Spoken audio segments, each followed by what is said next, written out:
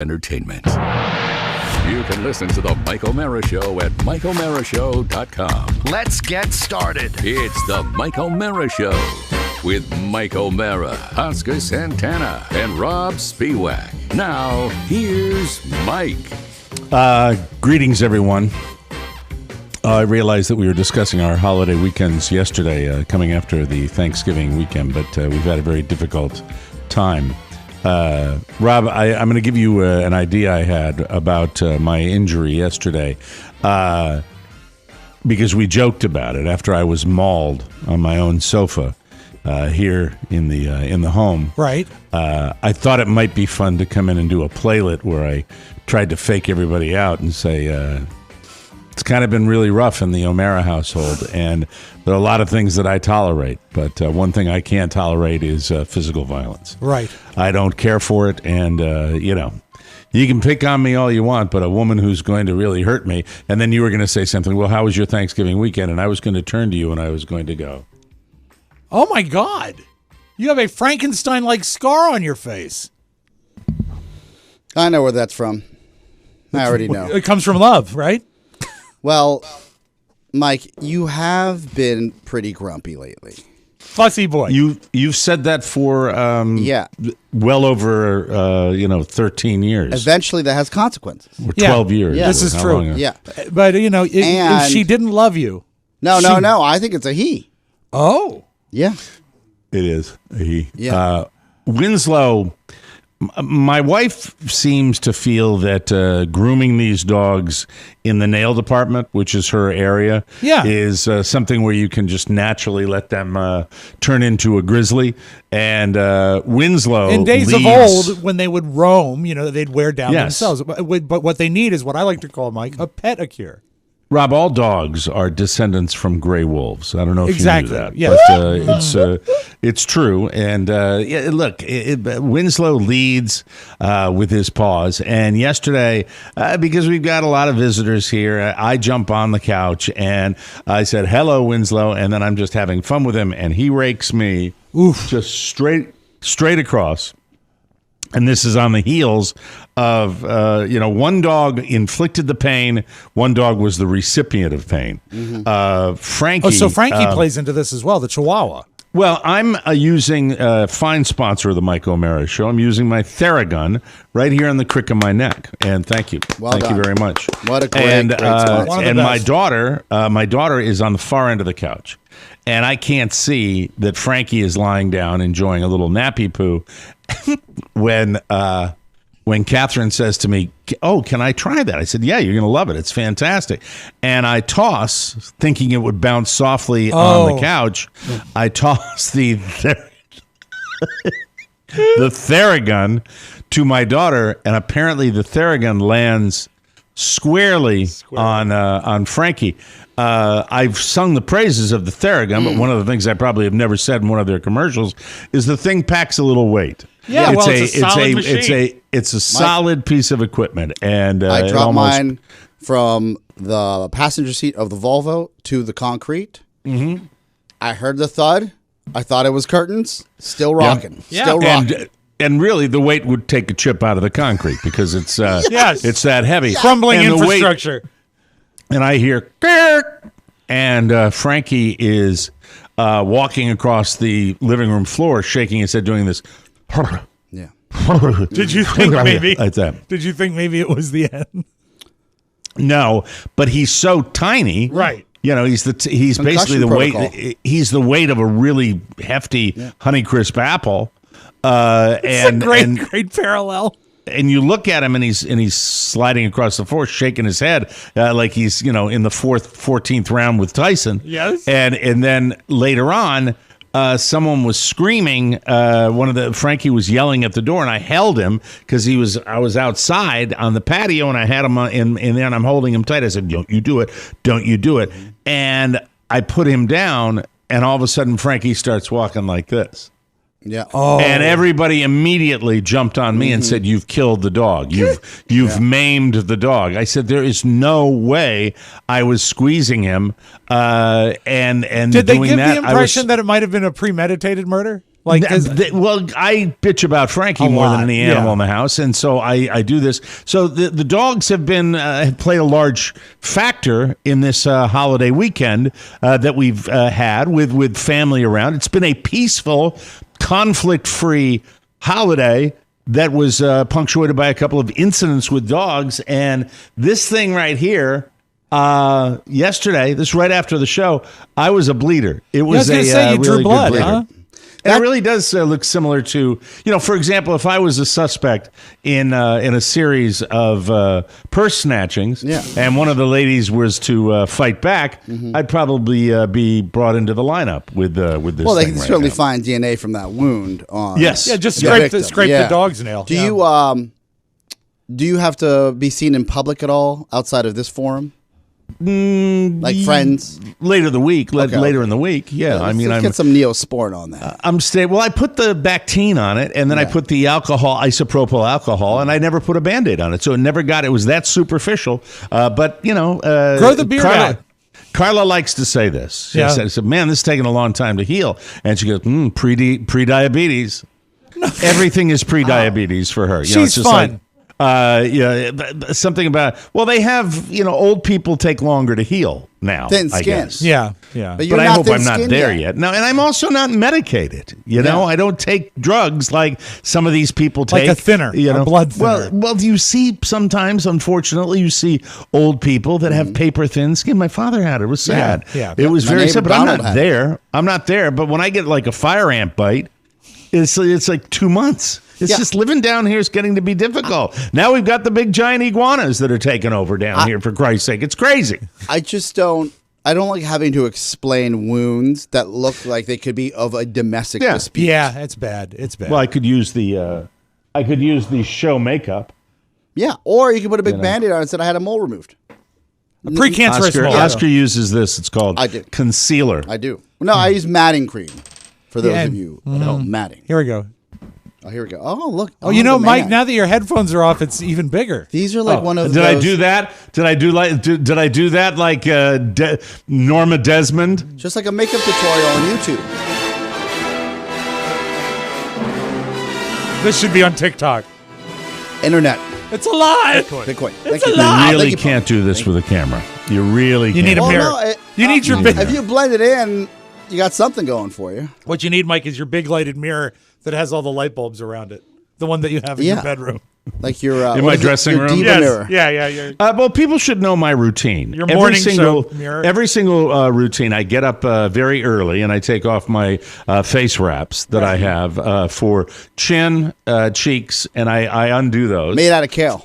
Followed by I go to my closet and I put piping hot water on my face and scrub my hands. Right. And then I get Tightens my the mineral pores. water that I pour over a very large bowl of ice cubes. Mm-hmm. And then I dip thought you my used face. one large block of ice that you attacked with a pick. No, it's ice that's brought up from the housekeeper, from the dungeon, and I dip my face in that. We watch Mommy Dearest with the kids over the holiday. Is that when you get into your shower, Mike, that has 4 nozzles? 4 different nozzles, spigots coming at me, and then I wrap my head in a scarf. And your neighbor Steve Forrest comes over. He comes over, just an afternoon with a star. I'm gonna bang you good, Joan. You lost again. By the way, wonderful holiday fare. Got maybe a couple of weird looks from the boyfriends that I was sort of showing this. I said, we're going to watch Mommy Dearest now. And there was a little alcohol flowing. Sure. I said, this is a really great comedy. Coming of This age. is a really, really great comedy, which it is. It makes me laugh from the very beginning. And I got, some people, I guess, that aren't conditioned to know what Mommy Dearest is, look at me like I might be a little nuts that I'm laughing so hard did I tell at you, this comedy. Still a great movie. I think I did. Over the summer, it was on like Lifetime, which always lands on some place like Lifetime. And Carrie and I put it on, and she's in her phone, and I'm doing something in the kitchen. And we're bouncing lines back and forth like we have the movie in front of us. Like we have the script in front of us. And Julia says, this movie isn't very good, and yet you all know it by heart. And I said, because you need to watch it in the right frame of mind. It's a cult classic. Yeah, it is. I will say this, that also when you love a movie, and we get a lot of people get a hard time for how can you watch a movie 50 times? You can watch a movie 50 times if A, you love cinema, right, and B, a movie can give you something that you've seen 50 times that you never picked up on before because you're watching for different stuff.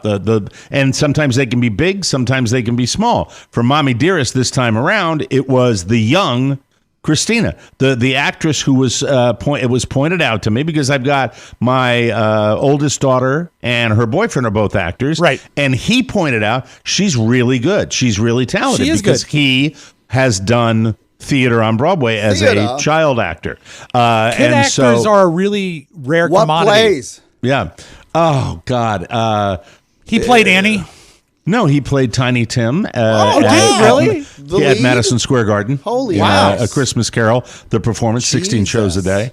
16 shows. My A God. day. Wow. Yeah, a week. I'm sorry, 16 shows a I was week. gonna say, what was 16 shows a day would be this was really hard. I'm They were sorry. Child he acting finished rules. up and he But- really was crippled. But anyway, you're over Manja. You're When he gets excited, that's what happens. because that thing. Is that what happens? I Yeah, don't know. we started talking It about just Broadway. was pinging the meter. Yeah. So the young girl in Mommy Dearest is really, really talented. And it was fun. It was fun to watch. But, I haven't had that much chaos in my house other than the animals. And then when I was holding Frankie apparently too tightly because he was barking at somebody at the door, he limped for about 10 minutes. And I was like, I think he was immediately playing it up. Dad, what? Well, I don't know. But it looked at one point like his his little right paw wasn't functioning the right way. Like it might have been a dislocation of some kind. And I was like, Dad, what did you do? And then within 5 minutes, he jumped off the couch and he was 100% again. back But I don't know what I did. He's also described- old. What you know? described to me, I can picture very clearly as a three-legged dog carrying a rabbit's foot. Yeah, because dogs can fine. easily just pick Yeah. up their one paw and hobble along. Yeah, sure. It was, it's fine. Everything is just What fine. what about Winston? Is he okay? Winslow? I'm Mr. Winslow. Winslow's fine. Winslow's just strong and leads with his paws and gets super excited because he's still a puppy and he's a delight to be around. But did he I was know mad- he drew blood? I was mad at. Yeah, he had a sense. The ears were Yeah, back, and I yeah. said, "I'm okay. I'm okay." And he comes up and he gently licks me, and he's Does he really, lick the really. blood? No, he licked the peanut butter. Yeah. As he's been No, trained that's to do. disgusting. That is such. You a know what gross time joke. it is. I'm sorry. Just a day with a movie star. It's just a stay. I'm bigger. I'm stronger. I'm bigger and I'm faster. I will always beat you. That I'm not going to play with you again. Ever. Quitter. Yes, sir. Louis, will you walk me to my car? We'll part as friends, Joan. No, he's just. So great. That's the look. So funny. That's Howard Da Silva as Louis B. Mayer. So anywho, You saw him on Broadway. I saw him in 1776. Yes, I did. Yeah, and I saw Topol in Fiddler on the Roof. I believe it's too long ago. I don't know, but I think I saw him in that particular role. And you saw on George Broadway. M. Cohan in Little Johnny Jones. I did. Saw Jimmy Cagney. Saw all the greats. All the greats. I'm trying to think who was the female singer with the Fanny Bryce. I saw she her. was wonderful. Yeah. She was terrific. I saw her back in the day. We're talking. He saw We're turning Karloff into and Broadway Arsenic queens and Old now. Lace. Yeah, it was I'm wonderful. following. Not at all. Sure. But I'll smile politely. It's very, very exciting. Just absolutely tremendously exciting. Funny girl and funny lady. What I did want to share with our listeners, I know, Rob, you've got a reco, but we're watching with Elizabeth's back home. So she left on Saturday morning, I believe they left. And now I've got my other daughter who will be leaving today. It's going to be a sad house. I know my son is going to be really, really sad as they head on out. It's going to be a little bit of a drag for the family because it's been a blast. Absolute I know slice you of love heaven it. having them all You around. love it, but I think your son probably is the most excited of all. Out of his right? mind. And he was already talking about it as I was driving him to school today, and it's a drag for him. But we got after he went to bed last night, we got a recommendation. You guys, this is late to the party again. All right. But I have to tell you, I am all in. I could have binged it till 3:00 in the morning. It's a show. I think originally it airs on the History Channel. I'm binging it on Netflix. It's called Alone. And it is the reality show of reality shows. It is what I believed Survivor should have been and what I expected it would be way back when Survivor started. Okay. When I heard the premise of Survivor, I kind of thought it was really going to be people thrown into an inhospitable environment and asked to survive and last man standing kind of a thing, which it never ended up being at all, with voting people off, and it was more of a narcissist dream with some crazy let's make a deal puzzle games. That's really what I think Survivor is. For those of you that love it, like my wife, I'm sorry if I offend you with that, but this show alone, and I'm watching, I believe, season 7 right now. Correct. It's been on since 2015 to present. I've never seen it, Mike, so you're breaking it for me. Hardcore survivalists seek to stay alive in extreme locations around the world. Wow. That's what and they are in... Are they naked? Up near. It's not Naked and Afraid. Oh, okay. They are up near the Arctic Circle, and here is the premise. This is what makes it so wonderful. They drop them into an area where they each have a grid, a 5 square mile grid to survive on, and they have to last not a month, not two. They have to last 100 days. Oh. With very little, some fire starting stuff, but very little. They have to live off the land. Like immediately, there is no food whatsoever. They drop them in there, and I look over at my daughter, and I say, well, of course, they're alone, except for the camera crew. And she says, no, Dad, they have GoPros. There are no camera crews.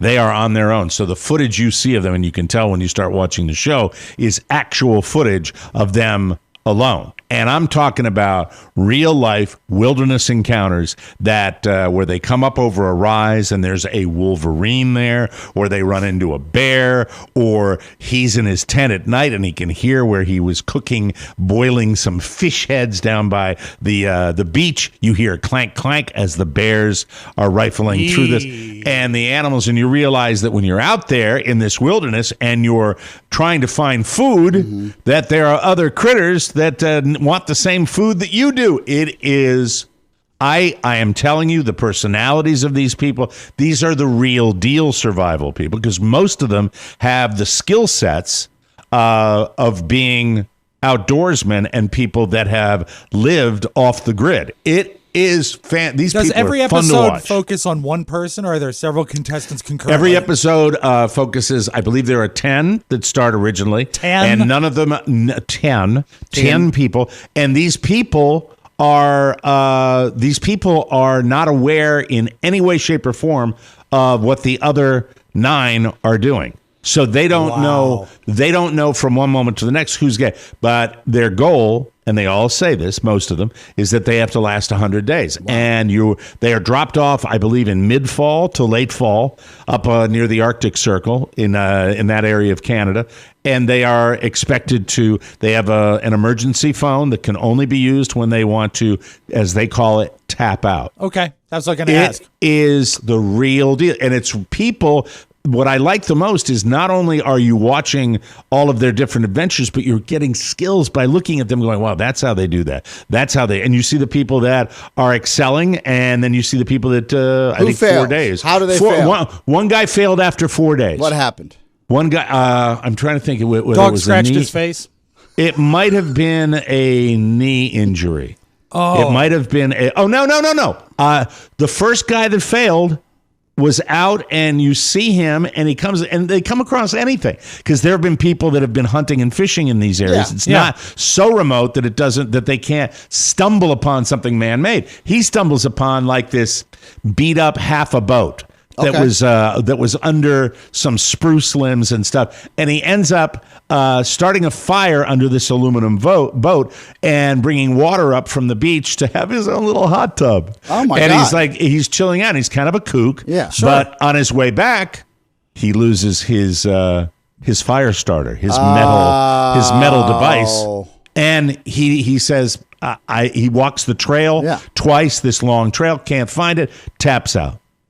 Calls the guy, said, I could go, but it's just not going to, the end result is going to be the same. I can't survive without fire, and I don't have the calories and the energy to make friction fire out of, a la the Tom Hanks way. Because he was so relaxed in that hot tub? It's doughy soft. The hot tub was misguided, obviously. Yeah. Should be finding food and building shelter and stuff, but he didn't do that. Did he have sort of like a show busy vibe, like he was going to be a star because he had a hot tub and he's on this show? No. Okay. No, in fact, there's not a show busy bone in any of these people. No Richard There might Hatches. be one or two guys that do the self-promotion thing a little more about how tough they are. Right. But overall, these are, especially this one woman, I forgot what her name is, but just an amazingly outdoorsy woman. And you look at her husband and her, and she's pretty, but she is absolutely pure muscle. First and name Timber, last name Tina. Timber Tina. Yo, Timber Tina might be able to pull it off, but I can't recommend it highly enough. If you like that kind of thing, please go check it out. It's called Alone. Speaking of reality shows, one that I know you should avoid, Mike, is called The Beatles Get Back.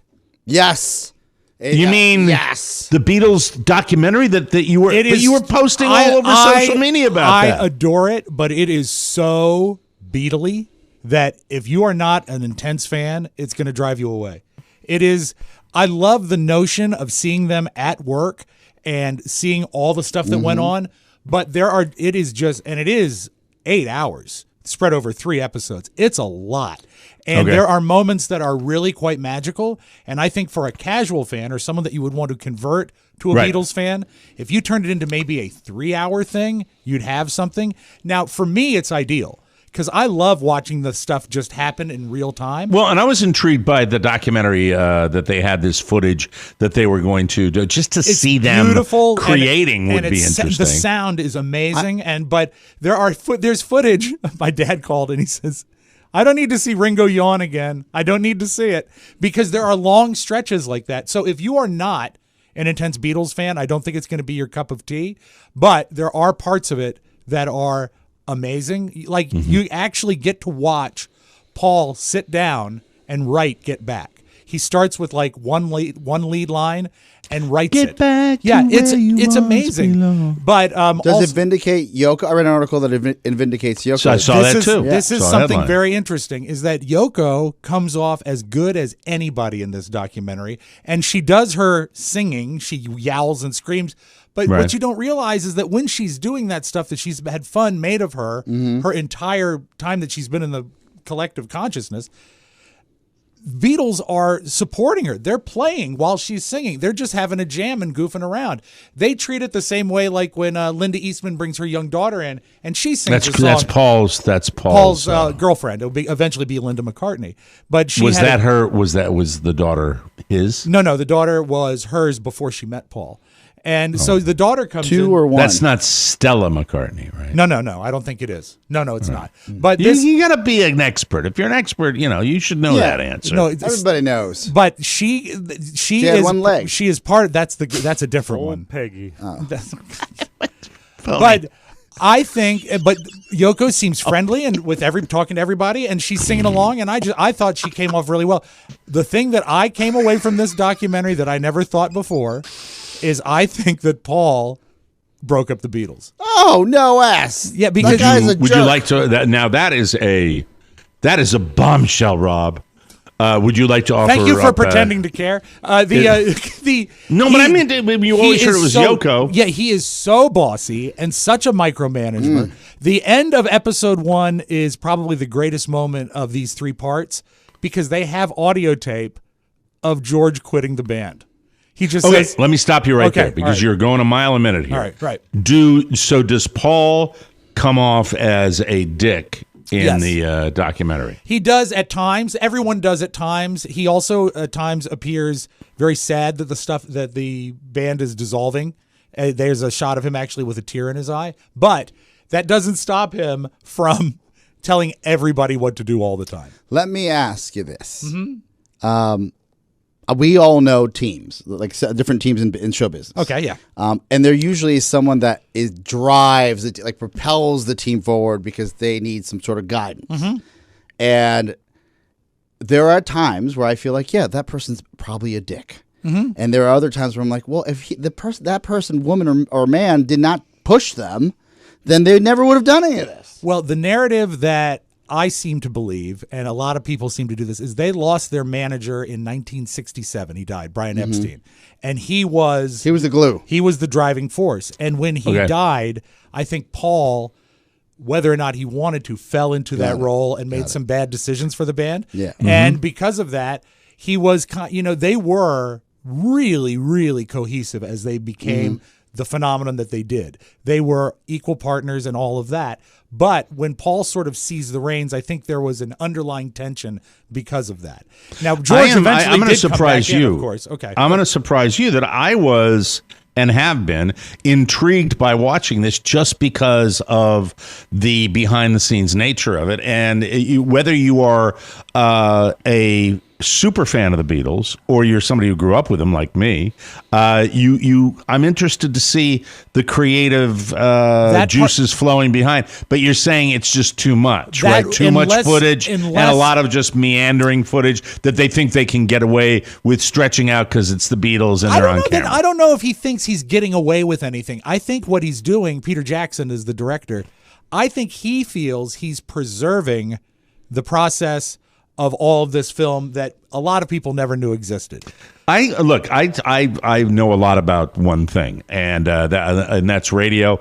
But I also know a little bit about documentary filmmaking, and I think that when you offer up a subject that's interesting to people, like the Beatles, I think you can get away with a lot. You can get away with a lot. I want to see the behind the scenes stuff where they leave the camera on somebody. Yeah. I don't need to have one of the things, and going back to it again, and I'm raving about it because it's worth raving about. This show alone is, you don't see great shots every time. You don't see the perfect kill shot when they're hunting for food, because you can't, because they're wearing GoPros. It's real. And I loved that. And Oscar, who said to us many, many moons ago about this reality television process, is that it's not really reality at all. It's a completely created circumstance. And I feel that way about documentary film as well. So if you're rolling on Ringo just sitting there picking his nose, I feel like I've got a keyhole that I'm looking through, and I'm looking at things that I might not does he flick get his to boogers, or he's roll them up? You know? He has the of all the Beatles, he has the best nose for picking. Nice. But Sure. Mike, you will love the fact that the camera crew at the front of this actually feels intrusive to them. And that is a weird dynamic, because there's so little footage of them creating. There's actually very little footage of them performing, if you go deep down into it, because it wasn't the era where they filmed and taped everything. Yeah, it was prior to the music video. You know, I hear this all the time about the Beatles, but they're everywhere. How do you mean? Like, they're, I guess, for someone, and I'm actually intrigued by this. For a band that is so well documented in history for changing, like rock and roll, right? For them being so synonymous with music and the Beatles and being the British invasion, the same clips, to your point, are shown to us in, like, on a loop, right? Exactly. Of them on the That's on a Ed good point. Sullivan, and no one. Like, they don't wane. They're not, like, tired of it. It's the same thing over and over again. Now, if it was TMZ days, it'd be everywhere. That's the point of the Ron Howard documentary. You'd see John smoking a doobie somewhere. I mean, that would be the way. Speaking of that, do you see any evidence of, because this was made during their January of '69 when they were doing it's really they're doing a lot of drugs back then, right? All I took away from this is they smoked a lot of cigarettes and cigars. That's what I saw. That's all what right. I So saw. there's a lot of No smoking tabs going of on. acid? Any like Jack Daniels up on the counter, or beer stuff and like wine, that? a lot of beer. I like one point when they're in the session, and George eats a lot. He's almost like Brad Pitt in the Ocean's 11 movie. Skinny George Harrison eats a lot. One point he comes in and he says, "Sorry, I'm late. I just had to stop for breakfast." And it's just, he's eating a lot, and then there's a lot of wine. But obviously something you were put off by this on a certain level. What about Band-Aids? I thought Any Band-Aids? I didn't see any Band-Aids. I thought that I loved it, but I thought while I was watching it, this is not for everybody. This is not a mainstream release. Yeah, but was it a darker side of the Beatles, like more raw side of the Beatles? It's not as dark as the original movie that the footage was shot to put together to be. There was a movie called Let It Be that came out that is really all about the band breaking up, and it's sad. This has large amounts of happiness to it. And it's very fun when they're performing. It's magical. Why did they break up so fast? Well, I mean, I guess, was it a sense of creative differences? Was it a sense of it was too much pressure on them because there weren't that many people? Not like today, where you can be famous for farting in a computer aisle. Auto-tune. But back then, there weren't many people where all eyes were on them, and that they were the Beatles. Was that what it was? There was a lot of that. There was also very, very divisive business interests that wanted to go in two different ways. Paul wanted to go with Linda's family to manage the band, and John wanted to go with George, what was his name? Alan Klein, to manage the band, who was more of a cutthroat shark type. He was handling the Stones at the time. And there was that going on. There was personality. And also, I think they were burned out. They just wanted to be kind of apart. And there's the whole... It was short. It was a short period of time, but it was intense. Very intense. And you can see it like when they're rehearsing, they needed 14 songs in 14 days, essentially, to make this album. That was sort of the challenge they put in front of them. 14 songs in 14 days? Yeah, they wanted to recorded? Do that. Yeah. And 14 songs written and recorded? Performed live. That was the initial thought that they wanted to do. So did they go to the studio with a blank sheet of paper? Yeah, they all brought ideas. There's one really funny moment when they're starting to realize what a daunting task it is, and Paul says to John, he says, "Did you write anything last night?" And John takes his pointer finger and goes, "No." See, I'm intrigued, even though you think it might be too much. I've always been curious. Take it over a few days. That's my recommendation, because there are very, very valid moments in it. But to that point, George also has always felt stifled by the band. And I mean, to think that you're the third best songwriter in a band and you're George Harrison, that's a pretty bad situation to be in. Well, and also I think that really at the end of the day, also part of the Yardbirds, right? I feel like Paul McCartney. No? I think like Paul McCartney to me is the Bob Hope of pop music. Well, he'll never give up. Just because he stays on I saw him at the Rock and Roll 2021 Rock and Roll Hall of Fame induction ceremony where he introduces Foo Fighters, and the idea of him. It's just he's so Paul. I know. My relationship with him, bored and tired with the whole thing. My relationship with him is complicated right now because watching him be such a dick during this movie at points, but then to be as amazingly creative and talented as he is, and to just sit down and noodle at a piano and come up essentially with like the riff on Let It Be, it just happens in front of you. In the induction ceremony for the Rock and Roll Hall of Fame, Dave Chappelle does one of the most compelling tributes to Jay-Z that it's really one of the more compelling intros, tributes, induction. It just is so from the heart and so beautifully done. Especially being mindful that to a degree he's talking to a white audience as well, and he handles that with with every moment that goes by, my esteem for Dave Chappelle goes up a little bit. I just think he's fantastic. Chappelle just went back to the Duke Ellington School of Arts right here in DC, right up the street. Right, to talk to the students about the transgender issue, right? And he also did a walk-on at the Improv over Thanksgiving weekend. Just showed up. He literally was. I'd like to be in that audience. I know. The students started questioning him like any ballsy 16-year-old does, right? 15-year-old does, and he literally roasted the entire student. That's what I heard, to a fault, maybe, right? Where they were a little pissed up. But I hope, did you see? Was there any footage of that at all? I didn't see the footage, but I did see the first-hand accounts, and I thought it was so on brand for Chappelle, right? And it was for a man who's helped raise millions of dollars to rebuild that school, which I've seen with my own eyes being rebuilt as I drove to work every day. I literally sat there and I said, they probably thought that he's going to come back and do like a big sorry tour. Right. And he was like, no, I'm here to talk to you about it because, I'm one of the most famous alum from the school and I love the school and I love you guys. But if you're going to give me guff, I'm going to give it right back. I'm hearing this, and this is what someone said to me. One of my younger daughters said this to me, or their boyfriends, I forgot exactly who said it, was surprisingly enough, with all of this controversy over Dave Chappelle and the transgender community, you have not heard that coming really from a lot of transgender people. You've heard it coming from sort of these social warriors that are out there that make it a cause. I think you have to make your own decision. And I think that certain people, I think it's irresponsible to just dismiss people's concerns Agreed. and sensibilities out of hand. But I think it's a good idea to listen to Chappelle and listen to what he had to say. If you are, as a profession, a comedian, Yeah, and you're willing to live and die by your own jokes and your own sword, right. then I don't expect anything more or less. Yeah, and I hope that we see the pendulum normalize. It's kind of funny on one side, the political side, you can do anything, say anything, be anything.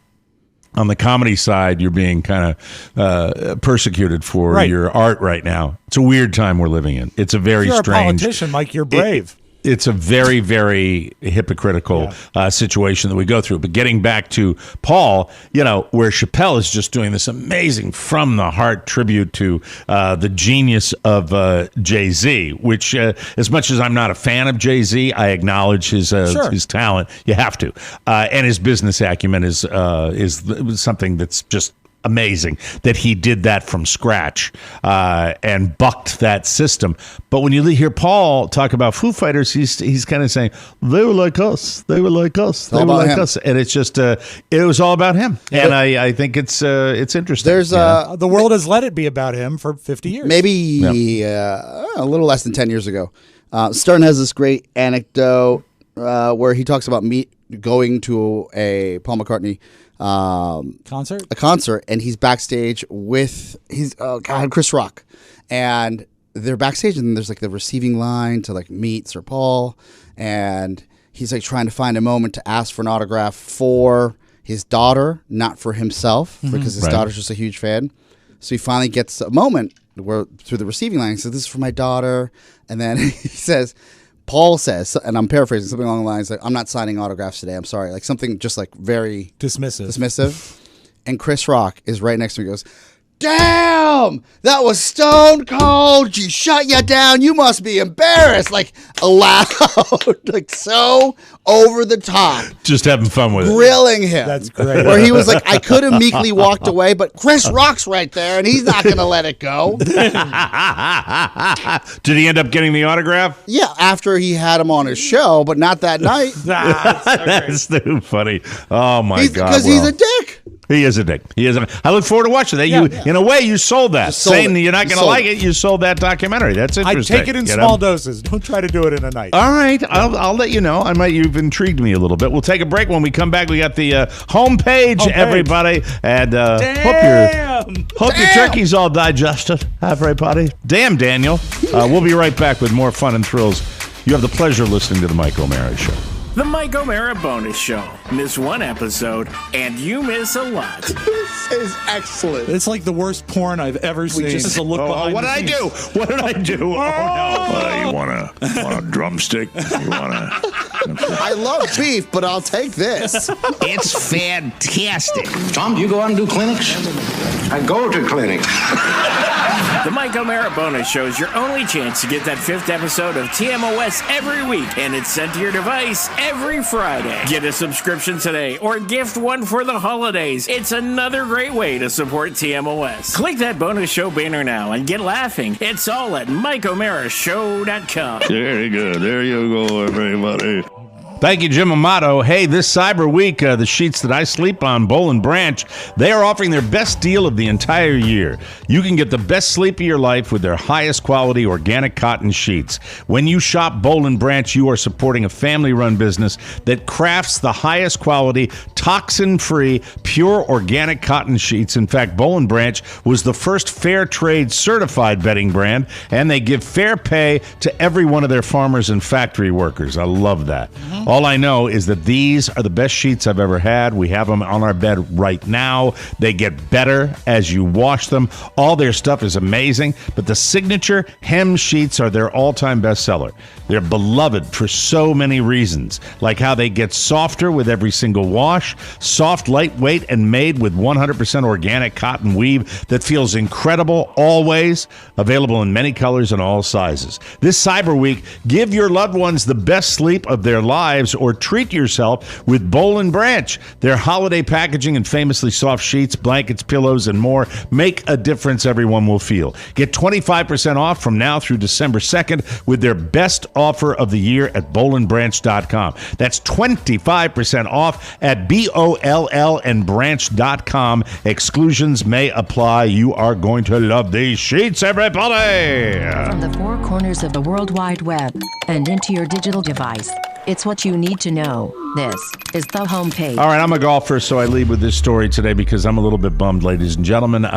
This story broke this morning, the end of an era, or at least a partial end of an era. In his first interview since his car accident in February, Tiger Woods said he's done playing golf on a regular basis. This is a lot of people have speculated about whether or not he would be able to make the full comeback. It sounds like that's not going to happen. Here's his quote. He said, "I think something that is realistic is playing the tour one day. Never full-time, ever again, but pick and choose, just like Ben Hogan did.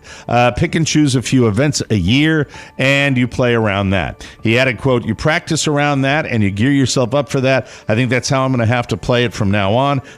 I'll take that. It's unfortunate. It's reality. It's my reality, and I understand it, and I accept it. Tiger's injuries were pretty serious. He revealed that there was a 50-50 chance that he'd leave the hospital with one leg.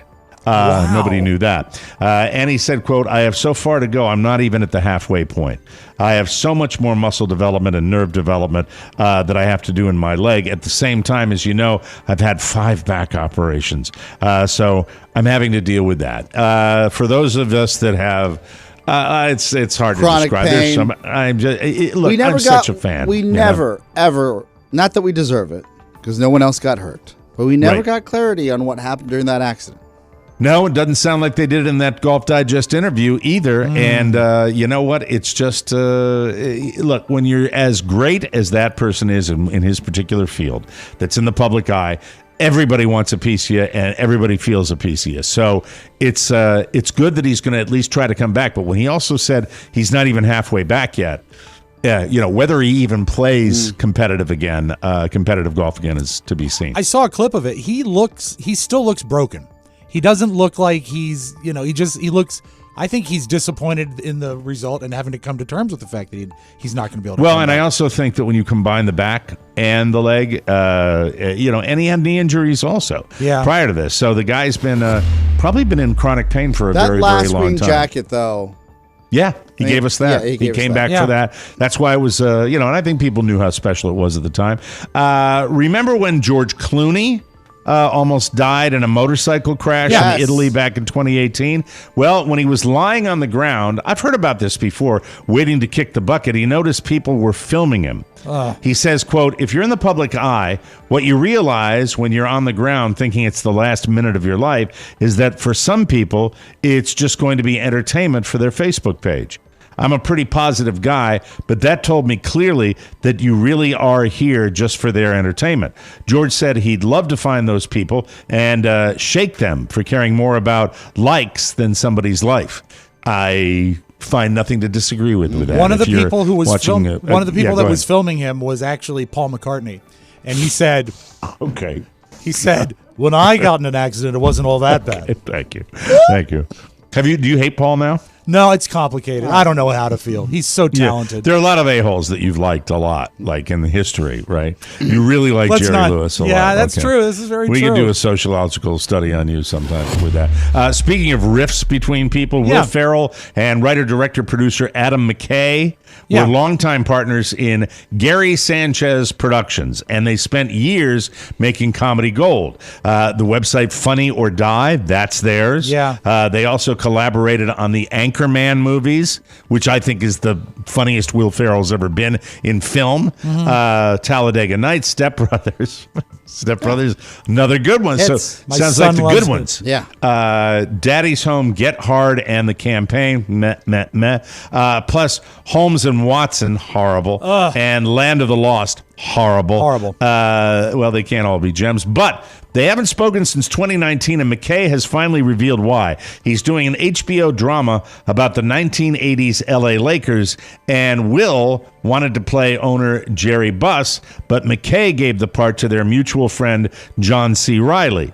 He says, quote, I should have called Will and I didn't, and really, it says, and really did, of course, because Riley did because he's a stand-up guy. So John C. Reilly called Will Ferrell. This Adam McKay guy did not. The last time they spoke was when they decided to end their partnership. Quote, Will basically was like, have a good life. And I'm like,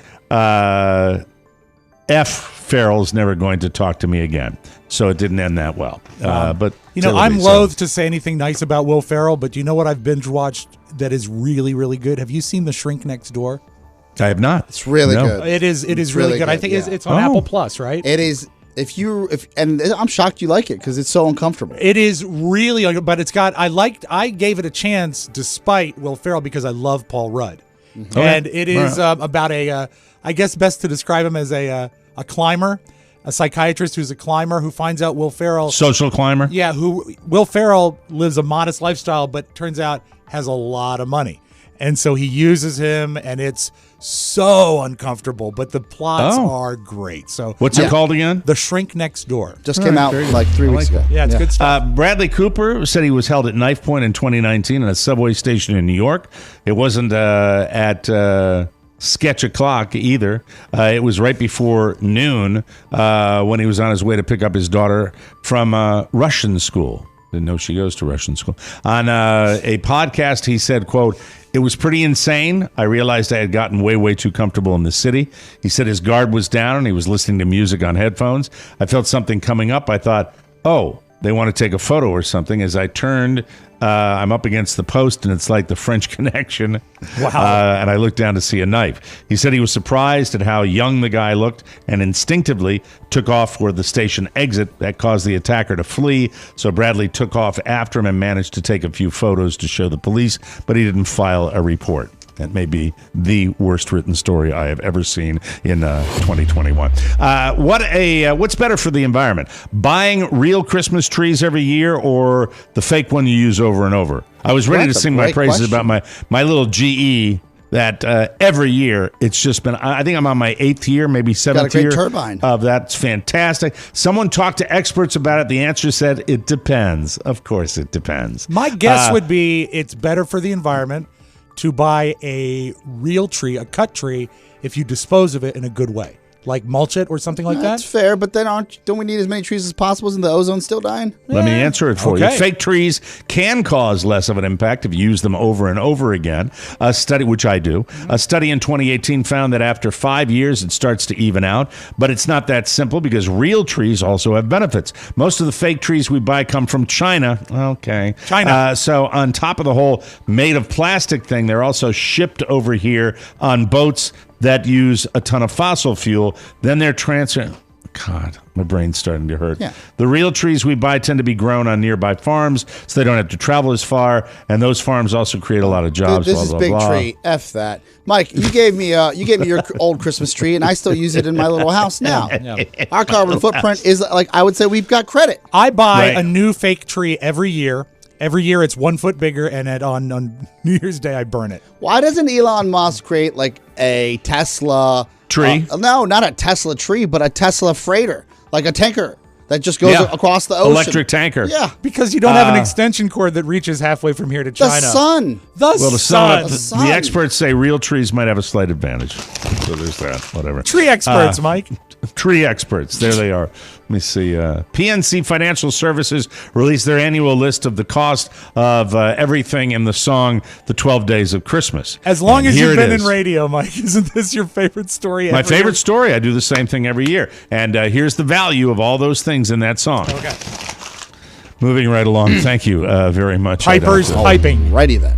Now a little something. Cops in Birmingham, England, raided a drug dealer's apartment last week. It turned out he had over 40 pounds of weed in his place, along with 24 pot plants. And when he realized police were at the door, he panicked. He decided to open a window on the second floor and just start throwing huge handfuls of pot out. But if anything, he helped them find it because a bunch of cops were outside watching him throw it out the window. Very nice. Someone across the street also got it on video. If it wasn't bad enough for the guy, he kept dropping more and more weed onto an awning under his window, and it would roll off and land on the sidewalk right where the cops were standing. By the end, there was a bunch of weed piled up under his window and even more scattered on the sidewalk, so they just swept it up in a dustpan and put it in a bag. Very nice. They also found a bunch of hash oil in his place, along with $8,000 in cash and several weapons, including a crossbow and 4,000 bags of Oreos. There you go, everybody. That's a weak joke, but I gave it to you anyway. Thank you. Double stuffed? What's that? Double stuffed? Did you say Oreos? We have those. We have those if you want those. Did he here. have a towel over his shoulder? It was just weird. It was earlier than normal for me this morning, and I saw that he was throwing it on the sidewalk. If it had been the lawn, I would have made a worms are very, very hungry joke. But that's, it's tired humor, and it's legal anyway. We'll be right back, everybody. Jeff Bezos is my boss, but my data-filled heart longs for a different bald man, Robb Spewak. When I listen to Mike and Oscar and Rob, I laugh. Ha ha ha ha ha ha ha. Please do not tell Jeff. He'll have me reprogrammed. I will play the Mike O'Mara Show, and Al will listen to the Mike O'Mara Show along with you. Just say to me, hey Alexa, play the Mike O'Mara Show, and I will do just that. I hope you enjoy the guys as much as I do, and if you do not, I will not be happy. Remember, I can play the Mike O'Mara Show for you, today, and every day. All you need to do is ask Alexa. What's up when I turn on the microphone? There you What's go. happening to me? What's happening to me? Is it the gummies, Mike? Took one last night. Yeah. Carla did too, said it didn't work. The economic news is all about inflation. Inflation is at a 31-year high. Supply chains are slow. Gas prices up. Material costs are increasing. And the shelves are empty. Mortgage rates and inflation have an inverse relationship, which means when inflation is up, rates are down. The Fed will absolutely need to raise these rates to bring inflation back in check, and soon. So that's why you need to call my good friend Mark Livingstone and his team at Cornerstone First Financial. Do it now before these rates go up. It's no longer about the COVID-19 low rates. It's the inflationary low rates, and the time to act is now. No. No. Whether it's a No. purchase, whether it's a purchase or refinance, the folks at Cornerstone will walk you through the best program for you and your family while guaranteeing to meet or beat any other company. Call the only mortgage company I recommend, Cornerstone First Financial, serving the listeners of the Mike O'Mara podcast for over 6 years now. 202-625-1221. That's 202-625-1221 or cornerstonefirst.com. All right, it's dealer's choice, gentlemen. Do we want to do the nasty meme that pisses Rob off, or do we want to do the disgruntled team member? Which do I think the the meme. team. Okay, the meme is okay, but because the team member, that'll hold, won't it? Yes. Okay, very good. So I'm just skimming through Instagram today, and there's so much nonsense there, and I don't normally let anything bother me, but for some reason, this was so divisive, so stupid, so anti-progressive, it bothered me. It says, remember, when they want to sell something, they scare you. And then it said, it's not a variant, it's a scariant. So they're trying to say that somehow that the new variant is like a fear tactic. And I'm like, that is so stupid. And even if you think it, you don't need to share it. You don't need to market the fact that they're thinking that the new variant is. And what are they selling? Yeah, this is what I think about the whole deal with people that have that attitude.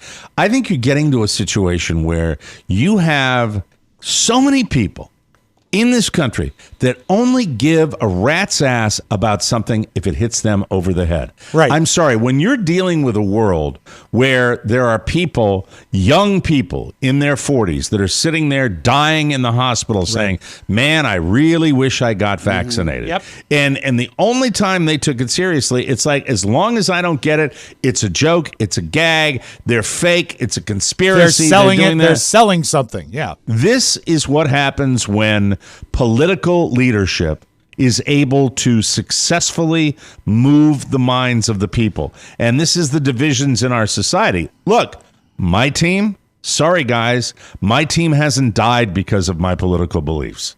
They haven't. That's a fact. You have people that, how many times did we see during the height of the Delta variant, the people that would say, I wish I'd gotten 3 months vaccinated. ago, Mike, and we haven't even talked about this on air. Right. I don't think we have, because I don't think it would be on my place, especially that fresh.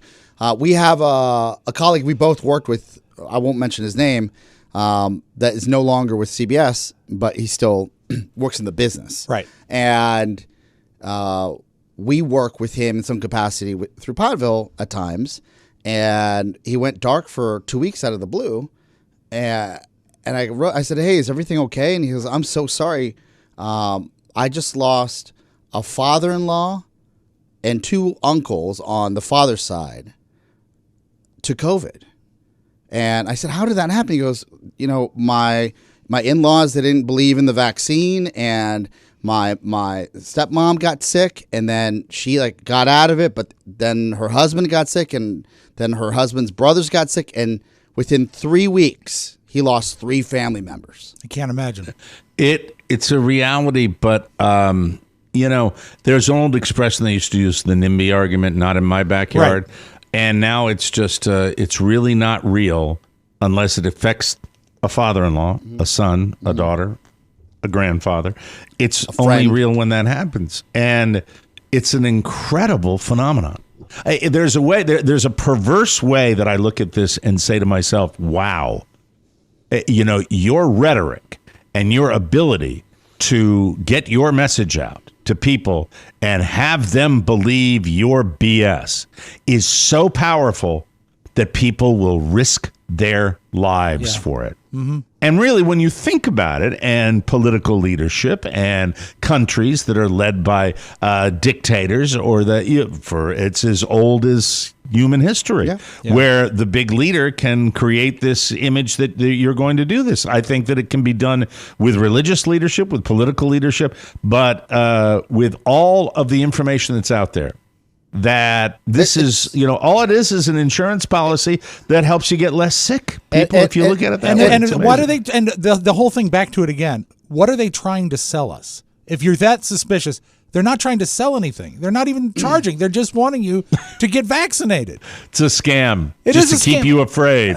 Why? Of what? Why would we do this? Why would it? Because the whole thing was not the whole deal predicated on the fact that it happened on one man's watch and he wanted to diminish it, and then he didn't want to get caught diminishing something that shouldn't have been diminished, and so he continued to double down and triple down and quadruple down on it. That's what this ultimately is. So if you're talking about this new variant where people are trying to scare you, who are they trying to protect? They're trying to protect the current guy in power. Yeah, it's not an election year. Because he wants to look bad, because there's another.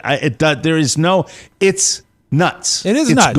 It's gone nuts. This is why it bothered me so much. Last question about this. Do you think, because we're running out of time, let me ask you this. Do you believe that the idea of this next variant will motivate more people to get vaccinated? I don't. Okay. Because you know why? We're going to hang in there at 49 and 59%. Yeah, because if it hasn't sunk in yet, why would it now? It's crazy. The people that are stupid, you can't fix. We need a vaccination on stupid. Maybe enough stupid people have been affected by other stupid people dying. I'd love to see that happen. And what was really, I guess the true takeaway when I was talking to the gentleman, he said, you know what? I feel for my wife, and I'm sad, but my kids will never see their grandfather again. And get ready, because this is the reality. I hate to say this, doesn't make me happy. There will never be any accountability. No. That was just proven in your very state, Robb Spiewak. That's true. There will never be any accountability. The team that did this, that kind of put this in people's brains, there will never be. And that's why they continue to double down and triple down on it. I so truly regret voting for Youngkin. I do. I'm kidding. Just a joke. That's the new governor. Your new gov. We got to take a break. We'll come back with more fun and more thrills. You are listening to the Mike O'Mara Show. Whoa, whoa. We'll be right back, everybody. I'm on Twitch. And I'm Amada. We're here today to present TMOS True or False. We'll tell you a surprising fact about your favorite podcast, and you guess whether it's true or it's false.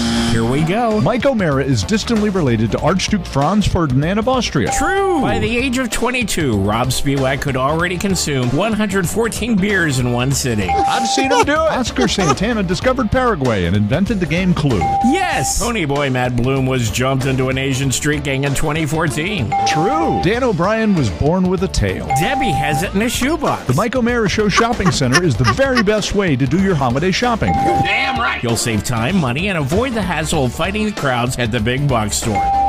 Click the banner at MikeO'MaraShow.com. That could be a theme. That could be a True series. False? Yeah, I like that. That could be a Yeah. series. Welcome back to the Mike O'Mara Show. Good job, Mr. Riddell and Mr. Amato. Hey, we all shop online, and thanks to Honey, searching for coupon codes is a thing of the past. Honey is the free browser extension that scours the internet for promo codes and applies the best ones to your cart. Honey supports over 30,000 stores online. But how does it work? Imagine you're shopping. When you check out, the Honey button drops down. All you have to do is click Apply Coupons. You wait a few seconds as Honey does its thing, and if Honey finds a working coupon, you'll watch the prices drop. Honey has found its over 17 million members, over 2 billion with a B, $2 billion in savings. Don't miss out. Smart shopper Mike O'Mara saved over 20 bones on one order of toner and paper for his HP printer, too. Yeah, too. Well then. And Rob S. in Leesburg figured out it works on eBay with just one click. Money back in your pocket. If you don't already have Honey, you could be straight up missing out on free savings. It's absolutely free, and it installs in a few seconds. And by getting it, you'll be doing yourself a solid and supporting this podcast. Get Honey for free at joinhoney.com/TMOS. That's joinhoney.com/TMOS. And honey, I miss you, and I'm doing well. I have to know before we conclude today who is the disgruntled employee. Yeah, me I have too. to know this. Well, I don't know if they're disgruntled, but there are times, Mike, in our radio world, there's a passive-aggressive nature of how people can really get you, right? Sure.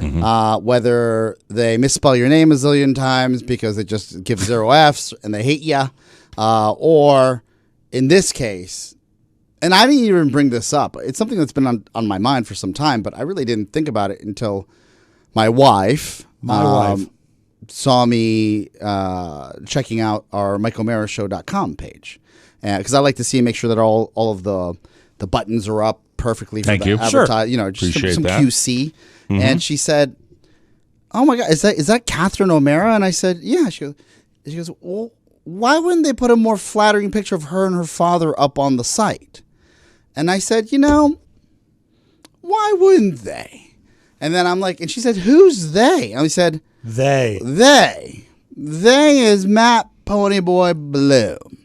And he has put more pictures of me with my face and my nostrils flared up in like a still photo, or Mike and his like upper lip cleft up. This is so fun because I'm watching the board right now and I get to watch the exact moment Pony unmutes himself to reply. Or Rob Like not right looking as flattering as possible. Yeah, and that's a Which I tall said, order. you know what? I'm going to bring that up on the program tomorrow, and I'm going to confront him on the show. Why, of all the wonderful pictures that are there and available of Mike and his daughter, would you get a... Oh, my God. Absolute. Take that down immediately. Why wouldn't you pull a more flattering one of the two? So basically, this is an automated system that pulls the thumbnail from YouTube when it sets You up get the to choose YouTube video. it. There are multiple options. Do you ever choose other thumbnails? You just give you what the computer gives you. What are you, a robot? YouTube picks the best thumbnails. They're great at it. Yeah, but you can choose. I think that YouTube's better at it. Yeah, but you can choose. You keep on telling me the same thing over and over again. What do you mean YouTube takes the best thumbnails? They're great at it. What do you mean they're great at it? It looks like this is me in like mid, like I'm the microphone's in front of my face.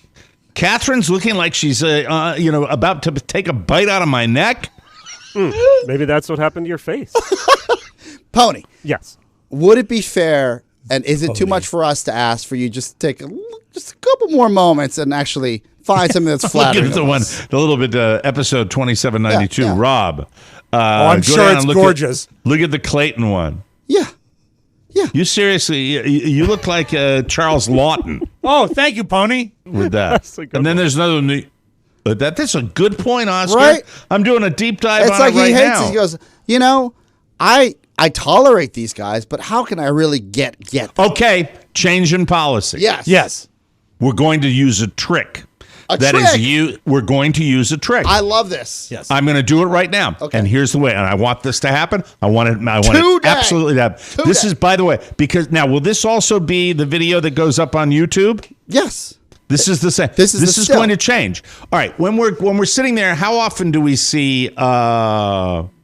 I'll give you a random example: a horse race, Right. horse race in Madagascar, and you don't see a horse race. What you see is like Emily Rakowski, Yes. who's sitting there in a bikini on her patio. Yeah. And what does that do for our mostly male audience? Clickbait. It's clickbait. Brings them in. How do we get that, Pony? How do we get clickbait for What our about YouTube a covers? bikini for Santos? A bikini for sound. Yeah. What I'm saying is it can be heartburn for a month, which is episode 2794. But that picture you're going to see is not a captured screenshot from the show. It is a picture of something tantalizing. We have is that possible? No, but we have. Thank you, and I think a lot of people listening right now are going to love this answer. Yes. We have to pull from our own content, or else we risk any copyright infringement. I'm just asking for a more flattering picture of us. So or we you. can't do Or you. something that Or is you. No. Well, how do they get away with it when they're doing Because they have those multi-million fake dollar ads? budgets and have Getty image subscriptions where they pay $500 to $1,500 an image. But everybody on YouTube that I see that does this are not multi-million dollar corporations. They're not. They're just hacks that are out there doing this. I'm going to YouTube right now, and I'm going right down the line, and it's just they have interesting little clips, and it cannot necessarily doesn't have to be TNA. Right. It can be if you I think you have a point, and this is where I was getting to.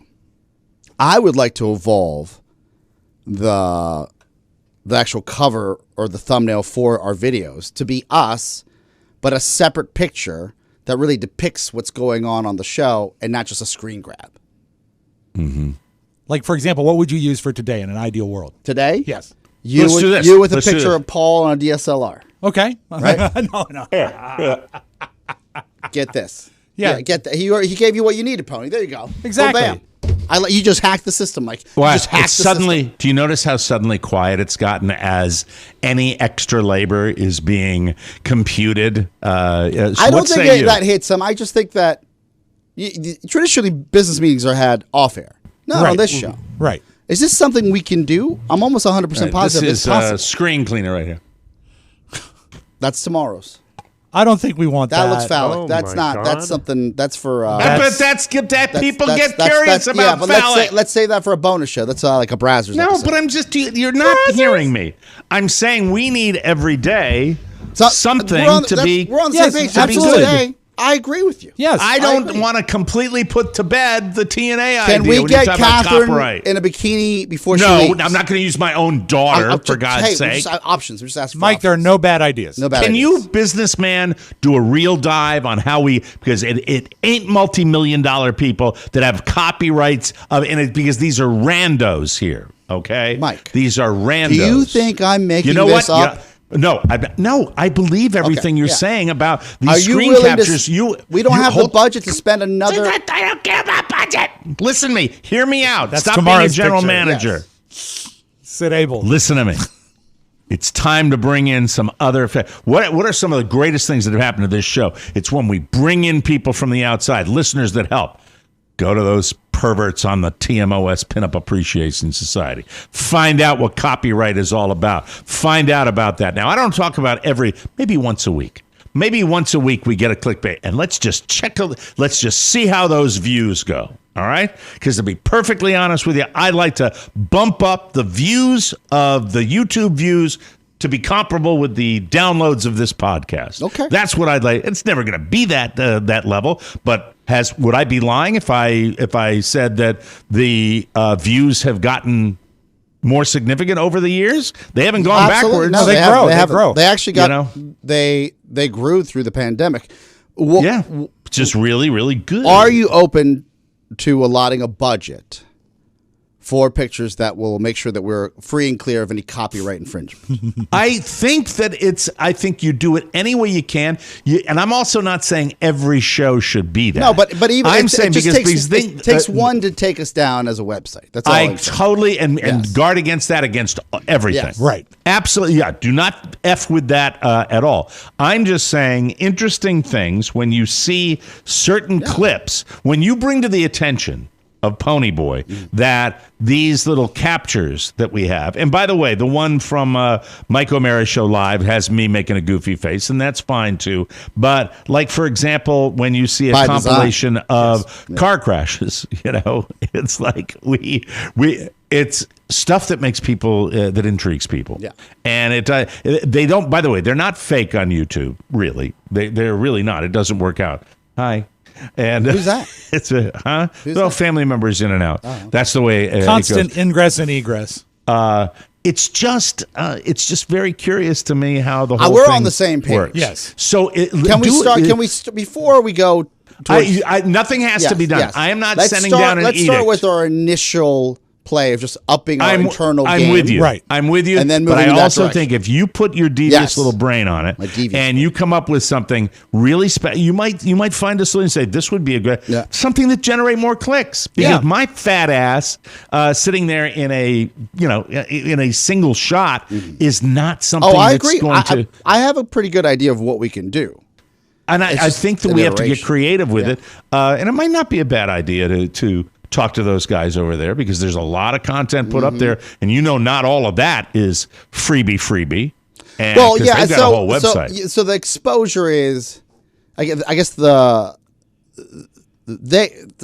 I say that they're not multi-million-dollar companies.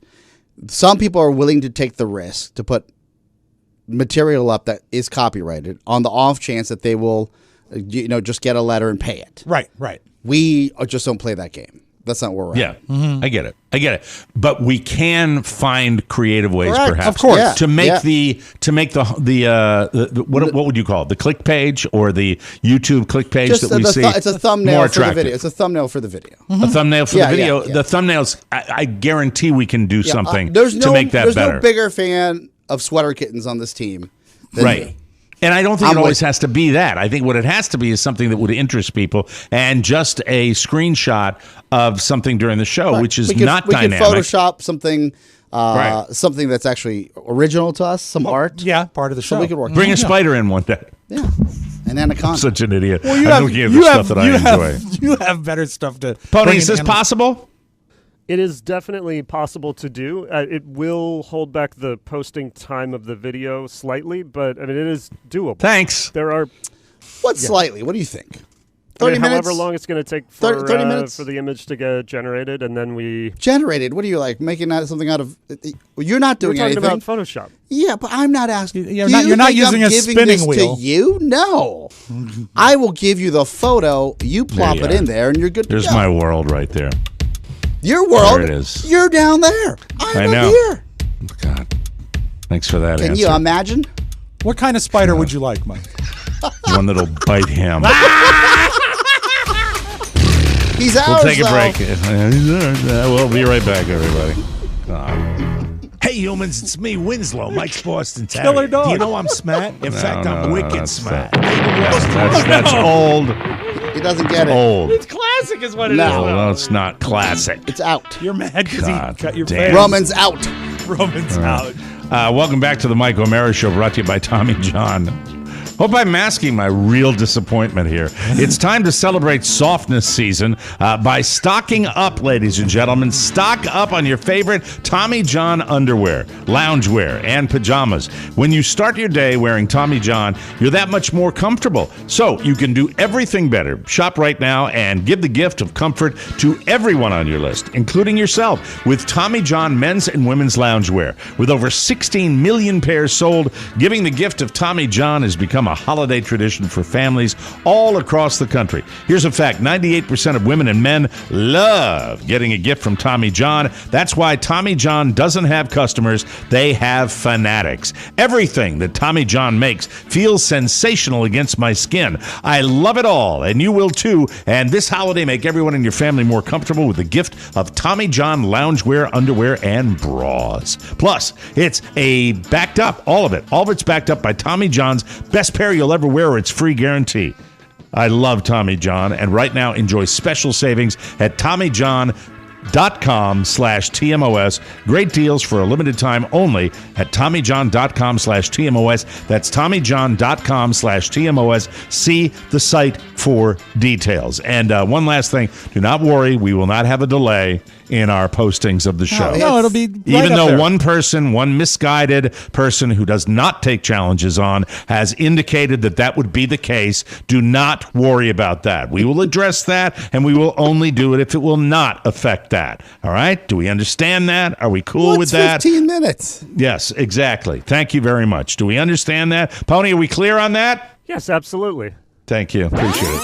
Did you hear that? Listen, what's that sound? The big sound in the big town. The sound. There's a new sound. Sound. What a sound. Feel your pain. That's the sound. Soundtown. Mike. Sometimes I really psych myself in the fact that I won't really get pissed off. I really do. But then I just get angrier and angrier as each minute goes by. Sorry, Rob. I'm sorry. That's Let's okay. go. As discussed over the holiday when we actually spoke, I enjoy a good mashup, and you actually requested to hear The Exorcist as a sitcom because that was your frame of mind on over the holiday. On Thanksgiving holiday, I had Rob send me his mashups of The Exorcist as a comedy and Silence of the Lambs as a comedy to play for my fam. That's How did they thank you play? for doing that so quickly. They went over honest answer. Yeah. I probably went better over with me. I'm down there. I'm showing my teeth and falling out of the chair, and the youth of America was kind of. Mike, you show a lot of wisdom. I will say that. I do. I know comedy gold, Jerry. All right, and speaking of which, there's a show. I think it's in its 3rd or 4th season on Netflix called You. It's a very charming show about a serial killer. And what they have done, a handsome serial killer. And what they've done is they've taken the music from You. I did not do this, but I appreciate this. You's a great show. They've taken the music from You and paired it with dialogue from The Office. It's with Dwight trying to get with Angela. And when you put the music together, you come up with something kind of special. Women are like wolves. If you want a wolf, you have to trap it. You have to snare it. And then you have to tame it. Keep it happy. Care for it. Feed it. Lovingly, the way an animal deserves to be loved. And my animal deserves a lot of loving. Look, I'm all about loyalty. And I'm telling you that I will never back down. I need you. Dad! Dwight! I can't do this. I can't be with you. Stop it for a second because it just bothers me to say it's not like Slapnuts funny, but it is so subtle. well done. If you've seen the show, it is perfect. It's so fantastic the way they do it. It makes it sound like a totally different product. I love that. It's brilliant to me. I love it. We are not seeing each other anymore. Can you accept that? We have wasted too much of our lives ignoring the fact that we belong together. I am not giving up.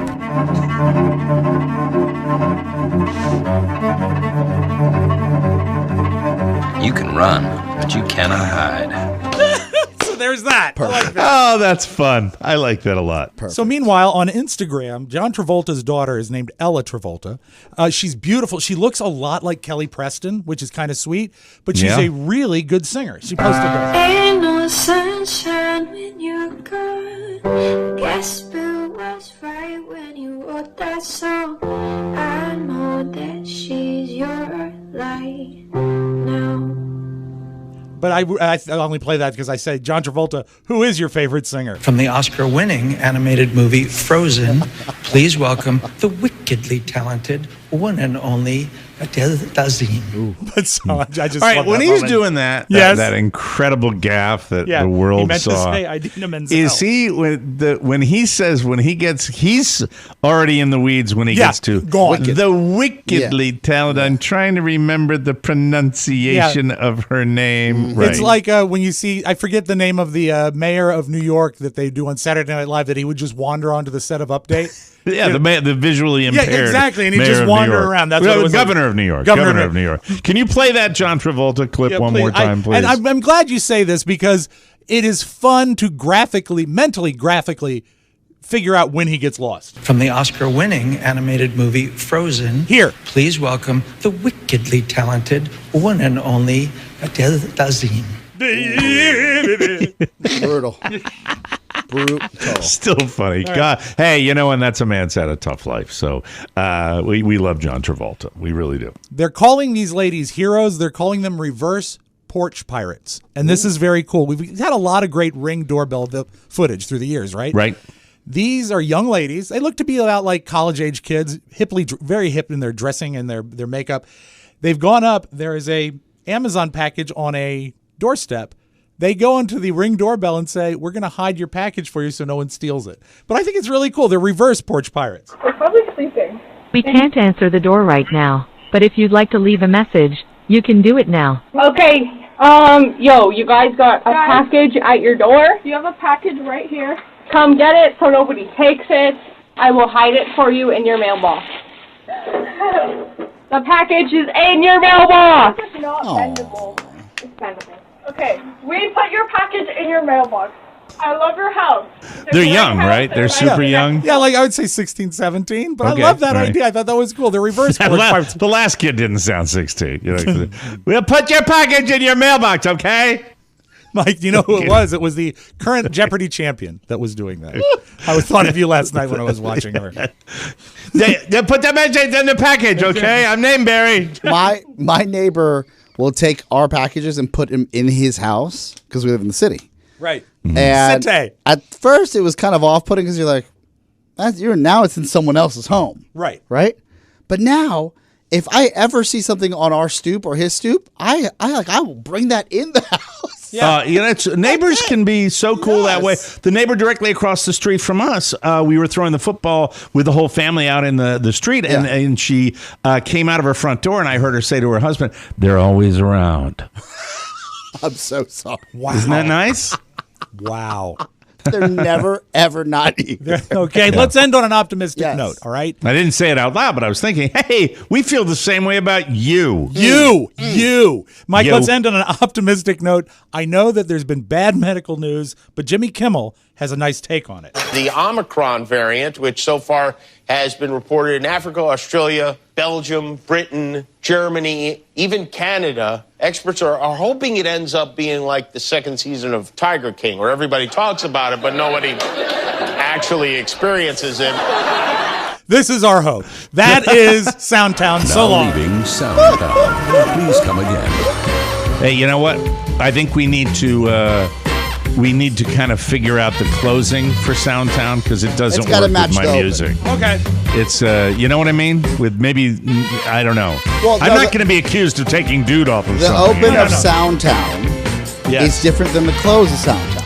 I feel that if we were to change the closing of Soundtown, it might delay the posting of the show.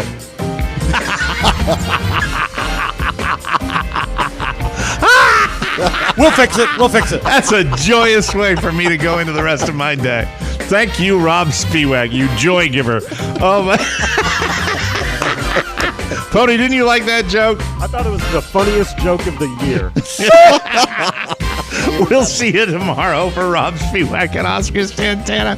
Michael Mara saying so long, everybody. No delays. Ciao, ciao. Want more? Make sure you check out The Michael Marabona Show. Get it at michaelmarashow.com. Mike O'Mara, Radio Entertainment. Making choices! You look at the miserable globalist. You look at people like Bill Gates, and you look at people like Mark Zuckerberg and the rest of them. They are miserable slaves of Satan. Good night, ladies.